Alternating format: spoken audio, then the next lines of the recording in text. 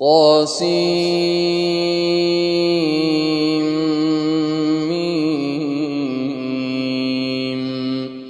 تلك آيات الكتاب المبين نتلو عليك من نبأ موسى وفرعون بالحق لقوم يؤمنون. إن فرعون علا في الأرض وجعل أهلها شيعا يستضعف طائفة منهم يذبح أبناءهم ويستحيي نساءهم إنه كان من المفسدين.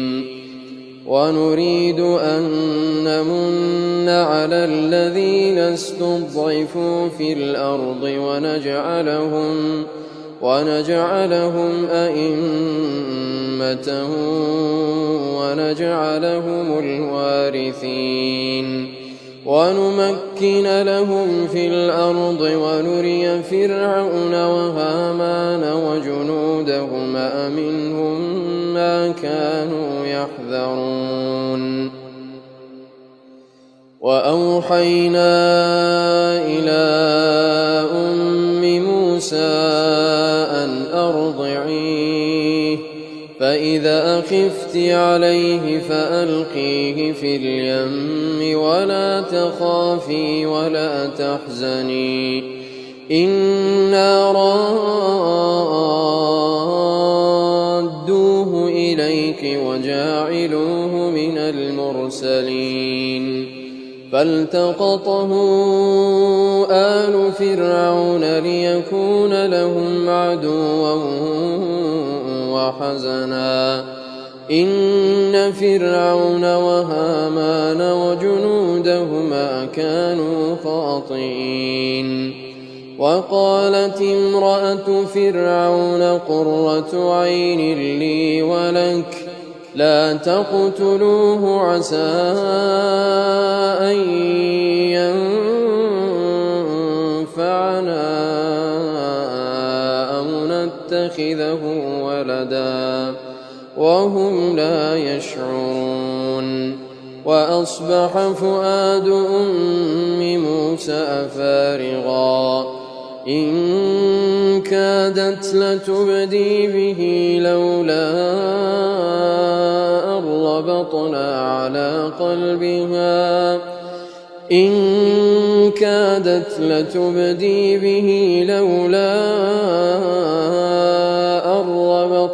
على قلبها لتكون من المؤمنين.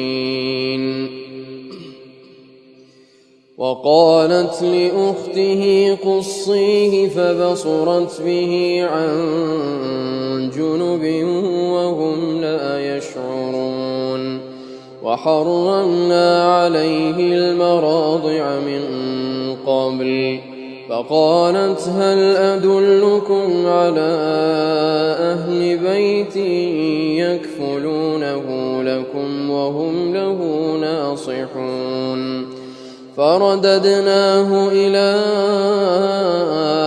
أمه كي تقر عينها ولا تحزن ولتعلم أن وعد الله حق ولكن أكثرهم لا يعلمون. ولما بلغ أشده واستوى آتيناه حكما وعلما وكذلك نجزي المحسنين. ودخل المدينة على حين غفلة من أهلها فوجد فيها رجلين يقتتلان هذا من شيعته وهذا من عدوه فاستغاثه الذي من شيعته على الذي من عدوه فوكزه موسى فقضى عليه قال هذا من عمل الشيطان إنه عدو مضل مبين قال رب إني ظلمت نفسي فاغفر لي فغفر له إنه هو الغفور الرحيم قال رب بما أنعمت علي فلن أكون ظهيرا للمجرمين فأصبح في المدينة خائفا يترقب فإذا الذي استنصره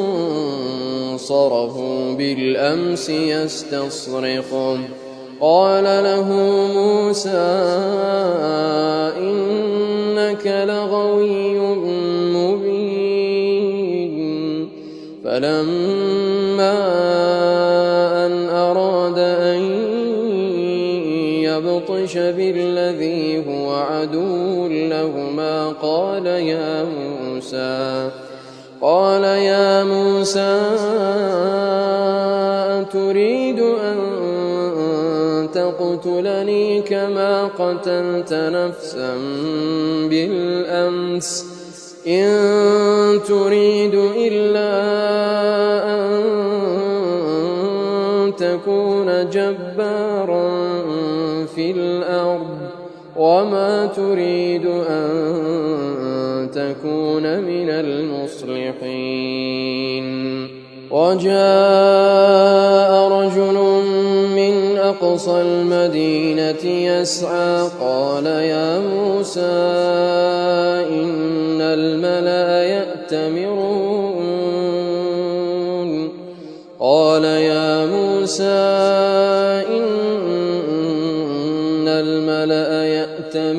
بك ليقتلوك فاخرج إني لك من الناصحين فخرج منها خائفا يترقب قال رب نجني من القوم الظالمين ولما توجه تلقاء مدين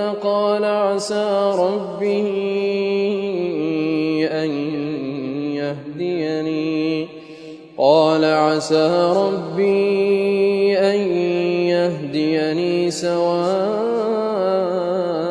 السبيل ولما ورد ماء مدين وجد عليه أمة من الناس يسقون ووجد من دونهم امرأتين تذودان قال ما خطبكما قالتا لا نسقي حتى يصدر الرعاء وأبونا شيخ كبير فسقى لهما ثم تولى إلى الظل فقال رب إني لما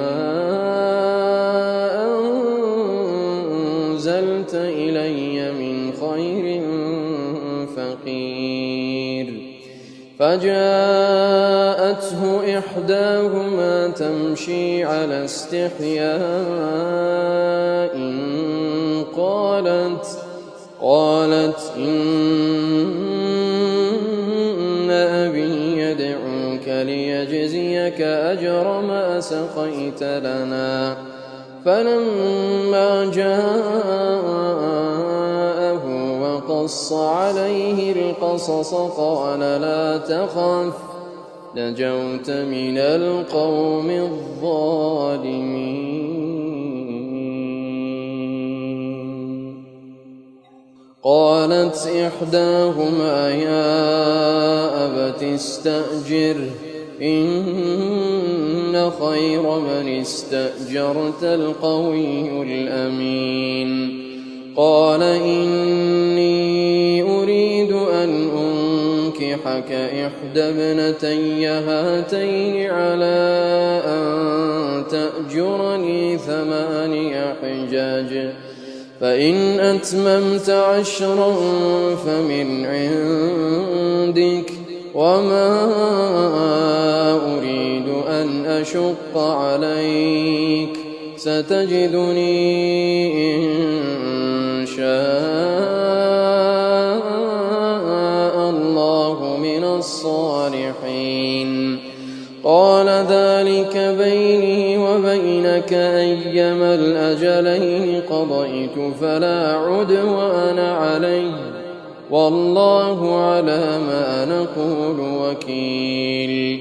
فلما قضى موسى الأجل وسار بأهله آنس من جانب الطور نارا، قال لأهلهم كثوا إني آنست نارا لعلي آتيكم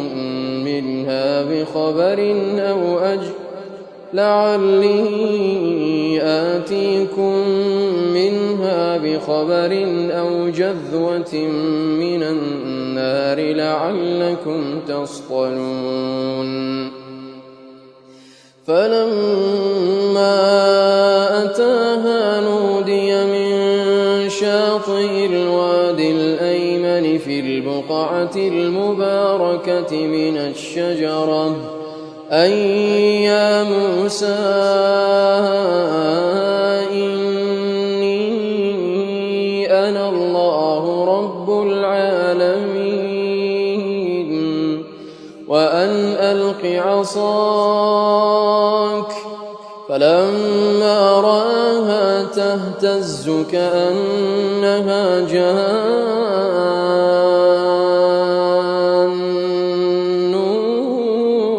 ولا مدبرا ولم يعقب. يا موسى أقبل ولا تخف إنك من الآمنين. أسلك يدك في جيبك تخرج بيضاء من غير سوء واضمم إليك جناحك من الرهب فذلك برهانان من ربك إلى فرعون وملئه إنهم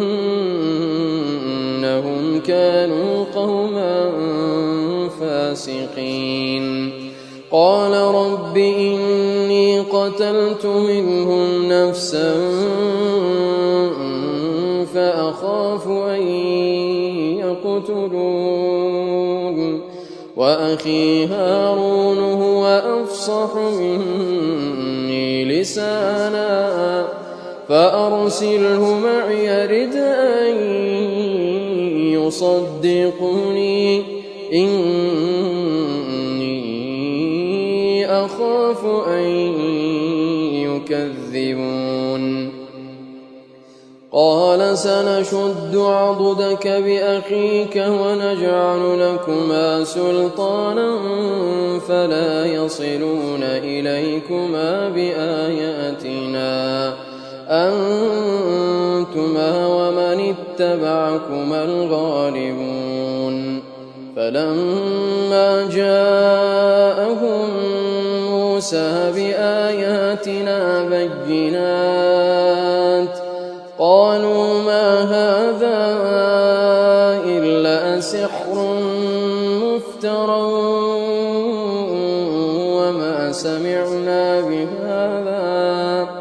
وما سمعنا بهذا في آبائنا الأولين. وقال موسى ربي أعلم بمن جاء ومن تكون له عاقبة الدار إنه لا يفلح الظالمون. وقال فرعون يا أيها الملأ ما علمت لكم من إله غيري فأوقد لي يا هامان على الطين فاجعل لي صرحا لعلي أطلع إلى إله موسى وإني لأظنه من الكاذبين. واستكبر هو وجنوده في الأرض بغير الحق وظنوا أنهم إلينا لا يرجعون فأخذناه وجنوده فنبذناهم في اليم فانظر كيف كان عاقبة الظالمين. وجعلناهم أئمة يدعون إلى النار ويوم القيامة لا ينصرون. وأتبعناهم في هذه الدنيا لعنة ويوم القيامة هم من المقبوحين. ولقد آتينا موسى الكتاب من بعد ما أهلكنا القرون الأولى بصائر للناس وهدى ورحمة لعلهم يتذكرون. وما كنت بجانب الغربي إذ قضينا إلى موسى الأمر وما كنت من الشاهدين ولكننا أنشأنا قرونا فتطاول عليهم العمر وما كنت ثاويا في أهل مدين تتلو عليهم آياتنا ولكننا كنا مرسلين. وما كنت بجانب الطور إذ نادينا ولكن رحمة من ربك لتنذر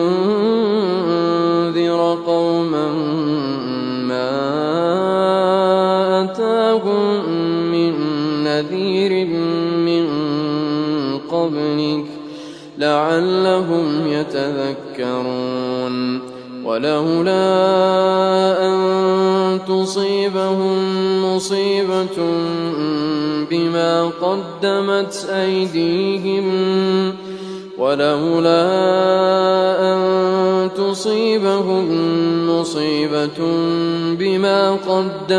أيديهم فيقولوا ربنا لولا أرسلت إلينا رسولا فنتبع آياتك ونكون من المؤمنين. فلما جاءهم الحق من عندنا قالوا لولا أوتي مثل ما أوتي موسى أولم يكفروا بما أوتي موسى من قبل قالوا سحران تظاهرا وقالوا إنا بكل كافرون.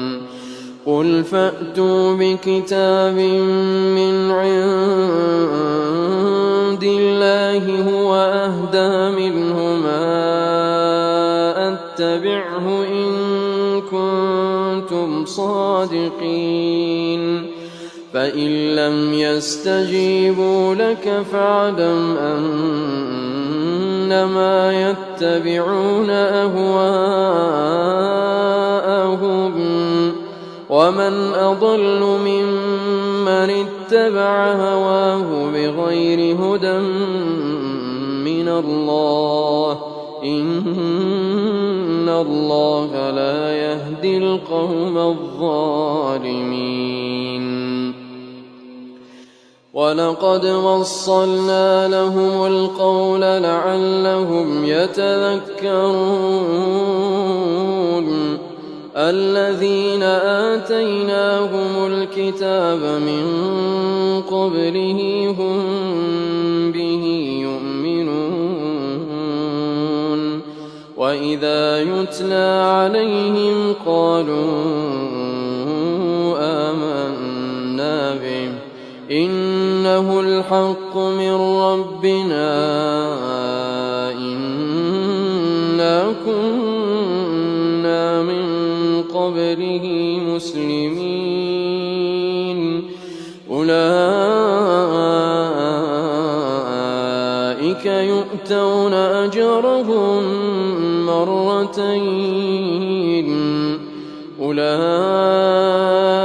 يؤتون أجرهم مرتين بما صبروا ويدرؤون بالحسنة السيئة ومما رزقناهم ينفقون وإذا سمعوا اللغو أعرضوا عنه وقالوا لنا أعمالنا ولكم أعمالكم سلام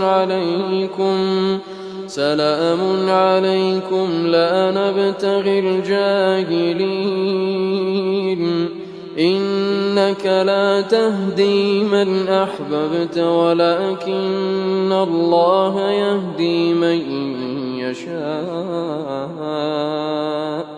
وهو أعلم بالمهتدين وقالوا إن نتبع الهدى معك نتخطف من أرضنا أولم نمكن لهم حرما آمنا يجبى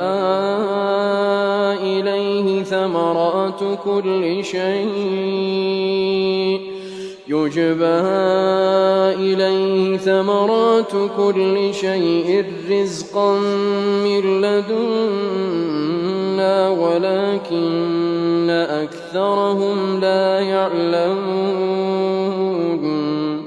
وكم أهلكنا من قرية بطرت معيشتها فتلك مساكنهم لم تسكن من بعدهم إلا قليلا وكنا نحن الوارثين وما كان ربك مهلك القرى حتى يبعث في أمها رسولا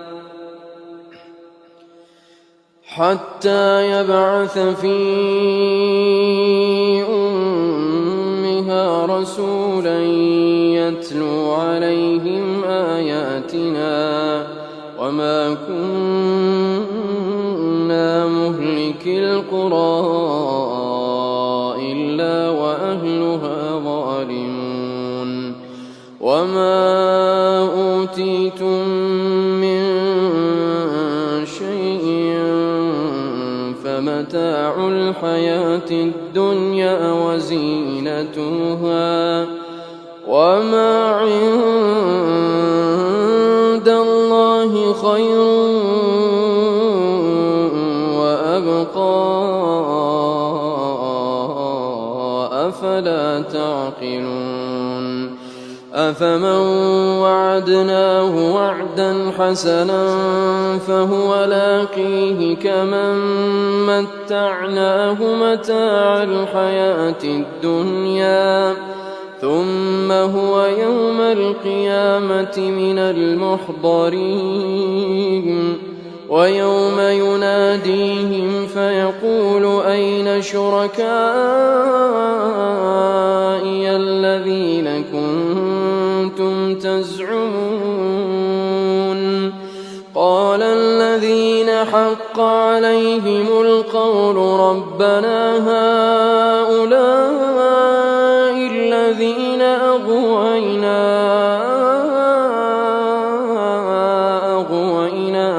كما غوينا تبرأنا إليك ما كانوا إيانا يعبدون وقيل ادعوا شركاءكم فدعوهم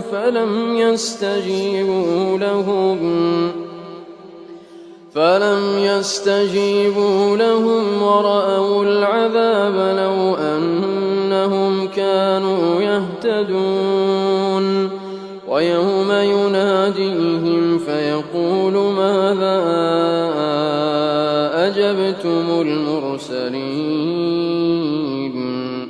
فعميت عليهم الأنباء يومئذ فهم لا يتساءلون فأما من تاب وآمن وعمل صالحا فعسى أن يكون من المفلحين وربك يخلق ما يشاء ويختار ما كان لهم الخيرة سبحان الله وتعالى عما يشركون وربك يعلم ما تكن صدورهم وما يعلنون وهو الله لا إله إلا هو وهو الله لا إله إلا هو له الحمد في الأولى والآخرة وله الحكم وإليه ترجعون قل أرأيتم إن جعل الله عليكم الليل سرمدا إلى يوم القيامة من إله غير الله يأتيكم بضياء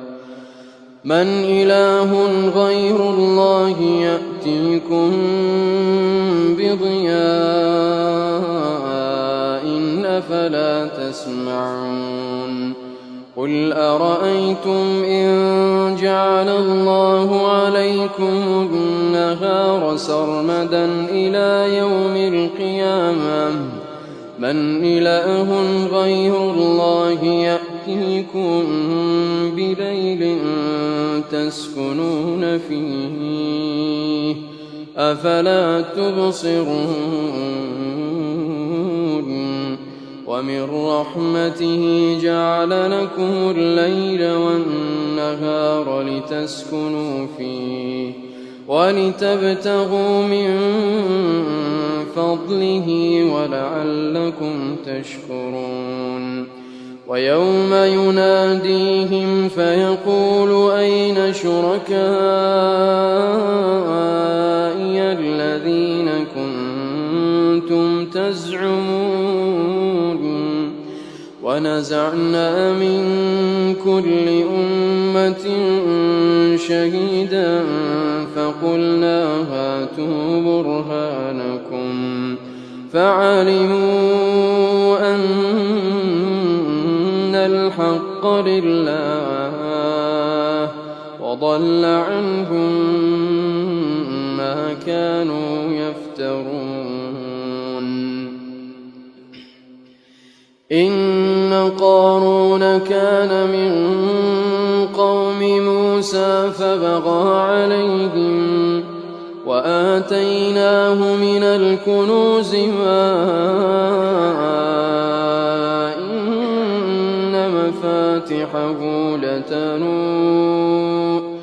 إن مفاتحه لتنوء بالعصبة أولي القوة إذ قال له قومه لا تفرح إن الله لا يحب الفرحين.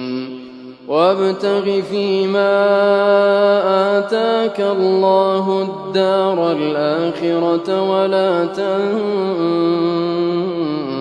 نصيبك من الدنيا وأحسن كما أحسن الله إليك ولا تبغ الفساد في الأرض إن الله لا يحب المفسدين. قال إنما أوتيته على علم عندي أولم يعلم أن الله قد أهلك من قبله من القرون من هو أشد منه قوة وأكثر جمعا ولا يسأل عن ذنوبهم المجرمون. فخرج على قومه في زينته قال الذين يريدون الحياة الدنيا يا ليت لنا مثل ما أوتي قارون إنه لذو حظ عظيم. وقال الذين أوتوا العلم ويلكم ثواب الله خير لمن آمن وعمل صالحا ولا يلقاها إلا الصابرون.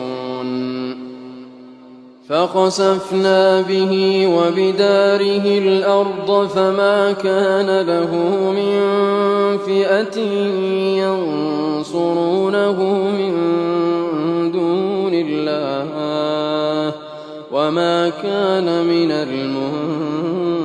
المنتصرين. وأصبح الذين تمنوا مكانه بالأمس يقولون ويك أن الله يبسط الرزق لمن يشاء من عباده ويقدر لولا أمن الله علينا لخسف بنا ويكأنه لا يفلح الكافرون. تلك الدار الآخرة نجعلها للذين لا يريدون علوا في الأرض ولا فسادا والعاقبة للمتقين. من جاء بالحسنة فله خير منها ومن جاء بالسيئة فلا يجزى الذين عملوا السيئات إلا ما كانوا يعملون. إن الذي فرض عليك القرآن لرادك إلى معاد قل ربي أعلم من جاء بالهدى ومن هو في ضلال مبين. وما كنت ترجو أن يلقى إليك الكتاب إلا رحمة من ربك فلا تكونن ظهيرا للكافرين ولا يصدنك عن آيات الله بعد إذ أنزلت إليك وادع إلى ربك ولا تكونن من المشركين ولا تدع مع الله إلها آخر لا إله إلا هو كل شيء هالك إلا وجهه له الحكم وإليه ترجعون